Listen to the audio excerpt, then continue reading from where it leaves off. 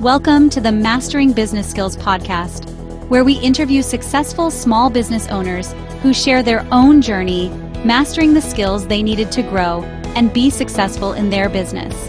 Learn the struggles, the wins, and all the things they learned along the way, so you can cut down on your own learning curve. Welcome to Mastering Business Skills. Today we're talking with Ashlee Berghoff. Ashlee and her team help event-based businesses go from seven-figure chaos to seven-figure profit by streamlining their processes and systems. She's the author of Eureka Results: How Entrepreneurs Can Turn Their Best Ideas into Reality. Welcome to the show, Ashlee. I can't wait to dig into the things today with you and talk about all things operations and systems. I'm so excited to be here with both of you. Thank you so much for inviting me. You're very welcome. So tell us a little bit about what you do and what inspired you to start your business. Yes. So I lead a team of operations pros, both COO, kind of operations strategy level, and operations manager level. And the work that we do for our clients is building the operational infrastructure they need to grow successfully from kind of early seven figures to 10 million. It's possible, difficult, but possible to get to seven figures by pure force of will. So we help them learn how to build documentation and think about role alignment and how they do project management and work together as a team and all of those things. So that's the work that we do. I started my business back in 2017 because I wanted to have the flexibility to have a career I was excited about and that always challenged me, but also that I had the autonomy to decide how that would interact with my family life. I have two young daughters up here, Avery and Alexi, who were both born since starting the business. And so I wanted to be able to adapt my career around the needs of our family as it grew. Awesome. So I started it. Awesome. That's a lot like Aaron and I. We both have kids and we did the same thing. So yeah, totally understand that. Yeah. Yeah. So Ashlee, I actually read your book cover to cover and I loved it. I have all my highlights in my Kindle and all that. So I have a couple questions on that area. So in your book, you talk about the four main types of systems: the simple, complicated, complex, and chaotic. So can you talk to us a little bit more about what each of those are and how they work together or don't work together? Yes. So part of what was so helpful for me about going through the process of writing the book is that most of us, especially here in the US, have never really been taught systems thinking. We're a highly individualistic culture. We tend to think in terms of individual choices and individual actions, and those matter, but we also have these systems all around us every day. Systems provide the structure to the world, right? And they also decide what happens. And that was the biggest thing that I took away from that process, was realizing that, a lot of times we'll focus on intention and those sorts of things, but a lot of times it's the system that ultimately decides what happens, right? So breaking down the four different types of systems can help us to start understanding and seeing them in our lives so that we can leverage them properly. Because in a business, all of a sudden you are in charge of all of the systems of your business. And it's hard to know sometimes how those fit together. So a simple system is if A, then B, then C, right? The things that we do that are the same every time, simple steps to a simple, black and white solution. There's not variability in what can happen there, right? A math equation is a simple system. A pen is a simple system, right? You can duplicate it millions of times over. Everyone knows exactly what's going on, right? Complicated systems are a bunch of simple systems working together. A car is a great example of this. A computer is another great example, right? When you start thinking about business, a simple system might be how you invoice your clients, as long as you do it in a relatively straightforward way. Some people make that very complicated, but it can be simple. A complicated system might be how you do onboarding for a new client. There are multiple different steps that all work together to give that result. A complex system is where you add the human element in and things start to get gray and organic. The biggest systems in our world are ecosystems, school systems, justice systems, government systems, marriages, families are complex systems, right? There are multiple different paths to a good positive solution. And you can't just change one factor and fix it in the same way you could with a broken machine, for instance, right? Start adding those human layers in. There's still systems, but there's these other pieces to it where you can't say, oh, if I do this, then this is going to happen. Or here's the black and white correct answer. And anytime we try to get to a black and white correct answer in those places, we can start doing a lot of damage. And then you have chaotic systems, which is still a system, right? There's just not a whole lot of intention going on there. Things are falling apart, right? So things are happening, but the structure is not where we need it to be to make something happen. And a lot of times, what happens as businesses grow is their systems start breaking and they start falling into that fourth category. Nice. Yeah, I know you didn't, it was actually in the book, like, we're not going to cover chaotic, but here's what, what it is. Let's just have you not have one of those. Yes. So, and I actually am going to pull out, there's a couple pieces that I really liked in your book. So I'm going to read your words in here. But let's talk about using simple systems to support the complex systems that matter to you. So in the book, you state, we're human. We have a real tendency to miss what matters most to us without even realizing it. We bow to the tyranny of the urgent and let less important things crowd out the moments that add richness to our lives. As entrepreneurs, we're even more susceptible to this. We can spend years without ever clocking out, which I agree with. We can hustle our way to external success without realizing the personal sacrifices we're making along the way. We need conscious, simple systems to protect what matters most to us. They sometimes feel a little too easy, but their impact can be revolutionary. Using your simple systems with intention will help you prioritize the big rocks rather than trying in vain to keep up with the endless deluge of urgent things that don't matter. And that's a hard truth for a lot of entrepreneurs. And I would love to hear more about how you are able to implement that in your own life and how you go about working with your clients and getting their systems working so they're effectively using them also.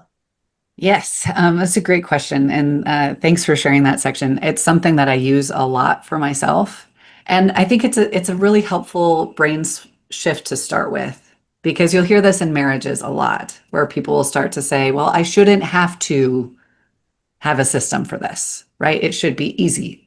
It should be effortless. You should just care. You should just remember the good things about me. You shouldn't need a system to remember those things, right? That sort of thing comes in, this kind of idea that systems somehow cheapen meaning. It's not true, right? And so I know myself very well after 8 years of being an entrepreneur. It really forces you to see everything about how you show up in the world.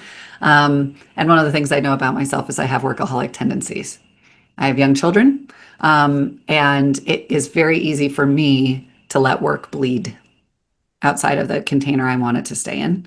And so I set up simple systems to strengthen that container, and I'm continually working on those, finding things that work for different seasons, trying something, seeing if it works, that sort of thing. So one of the things I have right now, and this sounds very silly, is a point system for myself for the taking care of myself stuff I should be doing and the taking care of my kids stuff.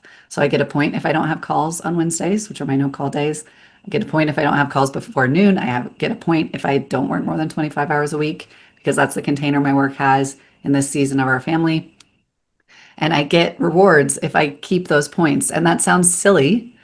And it can be easy to get to the spot of like, I'm a mom, I love my kids, I shouldn't have to like trick my brain into working less, but I do, right? So that's a good example of kind of using these really simple systems to protect what matters most to me, because it's easy for these other things to happen without me even realizing. It's like, oh, all of a sudden I'm starting to work here. I'm starting to get drawn back over here. Or I plop you in front of the TV when I didn't mean to, you know? And so with our clients, it's a lot of that same thing of starting to identify and take things one at a time, because otherwise you can really get overwhelmed. What's the biggest cause of pain in your life? And what are some of the simple first step, one at a time systems that we can start to put into place to strengthen these areas for you? Because it's about the business growing, of course, but it's also about making sure that our clients are healthy, well-rested human beings in the meantime, which sometimes We start with that. Like, okay, let's sleep more. Let's figure out how we Yeah. get you sleep enough, How to right? get the extra hours in. Mhm. Yep. Yep. Yep. And I love the point system. I actually am curious what your rewards are for yourself. Yeah, me too. Mainly food and massages. If I get a certain level of points, we get to go Okay. out to dinner, fancy dinner if I get more points, a massage if I get middle points. Nice. That's Basic good. stuff, but it just Yeah. makes me feel like I'm rewarding myself in some way, you know? Yeah, I love that because I am also a workaholic. So I tend to do that over the years. And I've been doing this for 20 years now. So Mhm. like over the years, just I've set boundaries, and then every once in a while I like it bleeds out, and then you realize, oh, I'm working weekends again, I'm working nights again, I'm working early mornings. I stopped my morning routine and I started working at 7 o'clock in the morning. So Yep. now, turning it back and putting everything Mhm. back in place and starting all over again. And so I love the point system because to me, it doesn't even seem silly to me. It's just, I was like, that might actually be like the way to motivate yourself to. Right. Yeah. Right. If it works, it's a good system. Yep. Yeah. Yep. That's what I need to try as well, because, well, Mhm. I've been doing this for 30 years and I seem to fall into that same thing all the time. Yeah. I'm not going to work on Fridays. I'm not going to take calls after 2, this kind of stuff. And the next Mhm. thing I know, I'm right back to doing 60 hours a week and, Yeah. not sticking to the boundaries that I set for myself. Yeah. Yeah. It's kind of a constant journey of like, it bleeds, bring it back, it bleeds, bring it back. Exactly. I don't think that ever stops. Yeah. Ugh. Yeah. Okay, Do you good. ever That get, makes me do you feel a get little better. resistance? Yeah, exactly. Do you ever get resistance from your clients when it comes to putting those systems in place? Oh yeah. Yeah. I think there are a few things in play. One of the biggest is that they're so aware of all the problems that it's really hard for them to commit to doing one thing and seeing it all the way through. It's like, but what about this? And what about this? And this is bad. And this is bad. And this is bad. It's like, I know. And let's Yeah. get this one in place. Let's get it working. And then let's work on the next one. Right. So that's one, just kind of feeling ultimately deeply overwhelmed. Another is we tend to work with creative, visionary, big picture thinking folks. Right. And so some of them have been burned by bad systems in the past, right? Corporations can start to get really locked in and inhuman in their systems, right? And so they've experienced that and they don't want to experience that again. And so the other piece is making sure that what we're setting into place for them is helping them make decisions once and then get to experience the benefit of that decision over time, but also having a nimble business that can grow and adapt as they do. So it's that balance for them. Yeah. Yeah. I have one other section from the book that I want to touch on with you. So now we're going to move into the complex systems.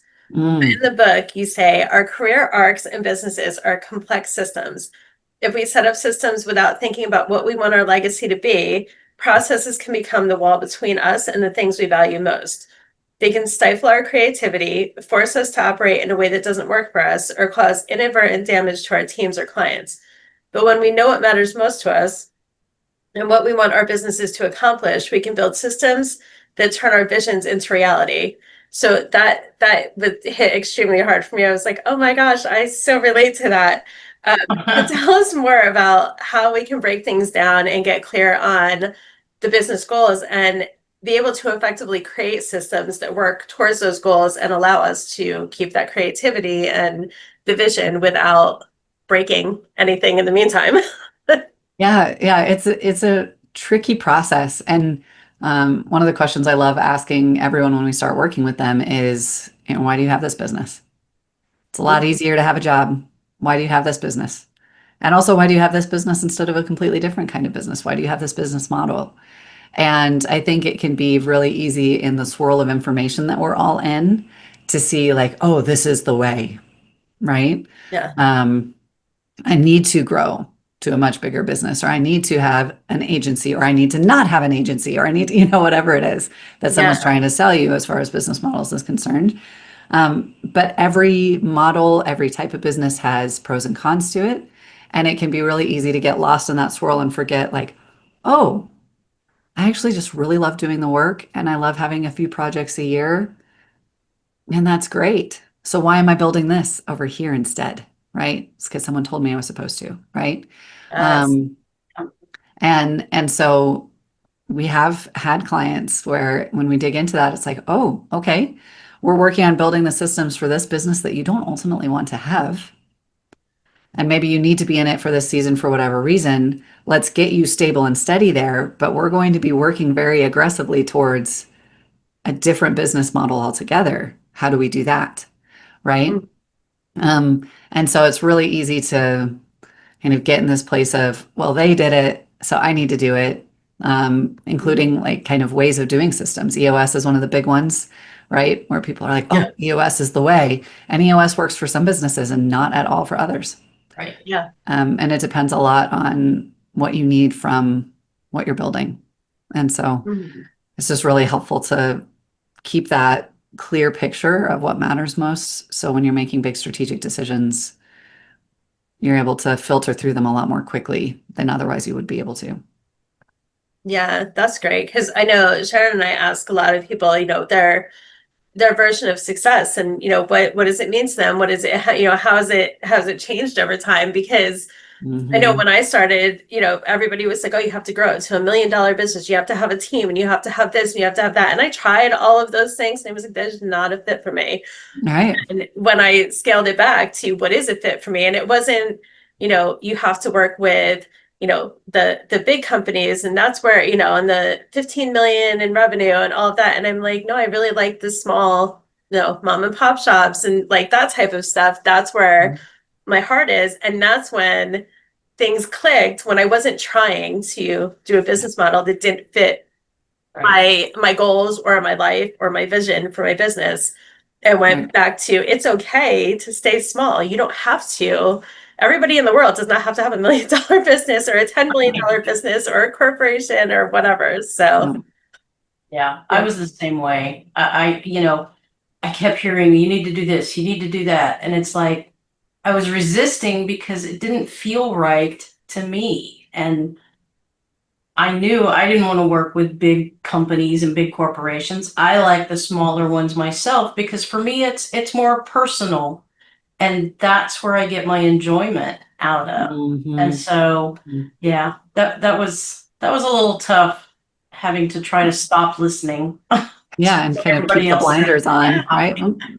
Not for me. That's okay. Yeah, exactly. Yeah. And actually, you shifted too, didn't you, a little bit to event-based? Weren't you? We did. Were working with like everybody, kind of? Yes. I think there are a lot of us out there where we're like, I've niched down to like 6-figure businesses. Like there's still millions and millions of those. Yes. And what's really funny is even after getting really specific, saying, all right, we're going to work with event-based businesses, we got into that and it opened all the way up where people are like, okay, cool. Do you mean concerts? Do you mean sports? Do you mean conferences, trade shows, festivals? What do you mean? Right. And there's this entire ginormous events industry. Right. And so we've kind of even picked a branch of that once we got into it that we realized speaks and operates differently. And that's the branch we want to be on. But yes, it's been really fun. We can support other businesses too. Of course, some of our clients are not in that space. But it's been really fun to specialize, to be able to start speaking their language more. And they have very complicated operational challenges, events do. So it gives us a lot to sink our teeth into and help them with, which is fun. Yeah. What branch did you settle on as far as the event side of things? Yeah, kind of nationwide festivals and community events. Oh, wow. Nice. Yeah. Yeah. Especially compared to corporations, like kind of corporate conferences and things like that. It's very different language, if different priorities, different goals. And so we knew that we needed to pick a posture as well in that space, and it would draw one group over another. Yeah. So they're fun. Yeah. I get to be part of making these events feel a lot less painful. A lot of times if you go to an event, might feel pretty good on the front, but behind the scenes is pure chaos. We want to make that feel a lot better for all the folks involved in making an event happen, you know? Yeah. Yeah. I think when you attend an event, you really don't realize, whether it's virtual, whether it's in person, whatever it is, how much goes on behind the scenes. You just see the pretty sparkly front side of things. You don't see the people sweating it out in the back when something breaks or something happens or until it gets real bad. Yeah. Yeah. For the months that it took to even plan I mean, people don't understand the amount that goes into it. Yeah. Right. Yeah. Yeah. And a lot of founders of events like that, they love the creative side. That's why they started an events business, right? They have the vision, they have the creativity, they love to create an incredible experience. But an events business is an operations business. That's what it is. And so they need really strong operations to be profitable and to be able to grow. So, yeah, absolutely. So tell us, what's next for your business? Anything exciting on the horizon? Anything? Thank you for asking that. Yeah, it's been an exciting year. Last year was a tough one. And so there was a lot of really reevaluating how we wanted to show up. What's this going to be? And so going into this year, committing to that specialization, we changed our name. So Smooth Operator down here is our new name. I actually just put the sign up a couple of days ago and took down the old A Squared branding. And so we're leaning into the new name. Our team is strong. We have clients we've had for a long time. And so we're wanting to grow just very slow and steady. One of my dreams, and I don't know yet when this will happen, is I'd love to bring all of our clients together for some in-person planning going into next year. That's something we're considering offering to them. We've all been virtual for a long time. I'm sure both of you were experiencing virtual before even COVID happened. I know I was. But now all of us are doing this to a much greater degree. And it just makes me even more aware of how powerful it is to actually spend time together as humans in person. And so that's a dream for the future. But right now it's felt great to be in a spot that feels good. And now we're in that process of bringing all of our marketing to a consistent, steady place that matches our new brand and our new messaging. Oh, that's awesome. That is awesome. Very awesome. Thank you. Thank you so much for spending the time with us today and going over everything, because knowing the back end of systems is so important for any entrepreneur to know. And we are going to include your LinkedIn, your website, and the link to your book, because I highly recommend it. And I have all of my notes on all the things in your book that I'm going to implement. I kept talking about it with Sharon this morning. Like, I have these ideas that I got from Ashlee's book. Hold on, let me look at my highlights, and I just coming back to stuff. So Sharon was very excited by the time we got on this call. Yeah, all day. Yeah, and your book is next on my reading list. So yeah. Well, thank you both. Basically, the most generous thing you can do for an author is actually read the things that we poured over for many, many months. Oh yeah. It's been 4 years, and I just started rereading it. I want to go through it again. So I'm like, what did I write? It's been a minute. It does apply still, everything you wrote. So yeah, I definitely highly recommend it. And I hope that people reach out to you especially if they have any events-based businesses that they need help with. Right. So thank you both. I appreciate it so much. It's been fun to chat with you. Yes, you're welcome. Thank you. And for anybody listening in, we hope you tune in next time for our next episode. Thank you.